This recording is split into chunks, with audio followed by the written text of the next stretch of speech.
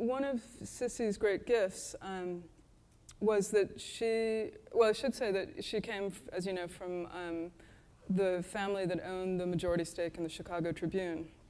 And her cousin, Colonel McCormick, ran the Tribune for most of her lifetime. But her brother was an interesting character, too, a guy called Joe Patterson, who basically single-handedly imported the newfangled picture tabloid from Britain after the First World War. And Joe Patterson, her brother, was basically, by the measure of anyone publishing a single newspaper in the early 20th century, his New York Daily News was by far the most successful in the United States. It had the largest Sunday circulation of any paper in the world.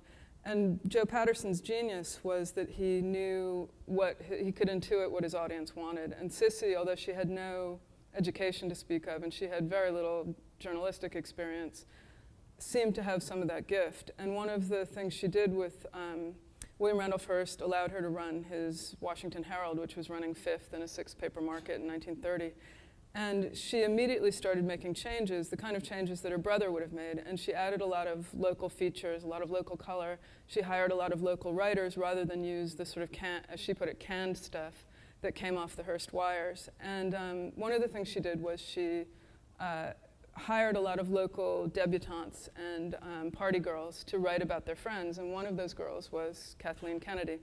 And Kik Kennedy was basically exactly the kind of girl that Cissy hired. She was well-connected, she had lived abroad, she was popular, and she was very happy to write about her friends. And Cissy seemed to really like her.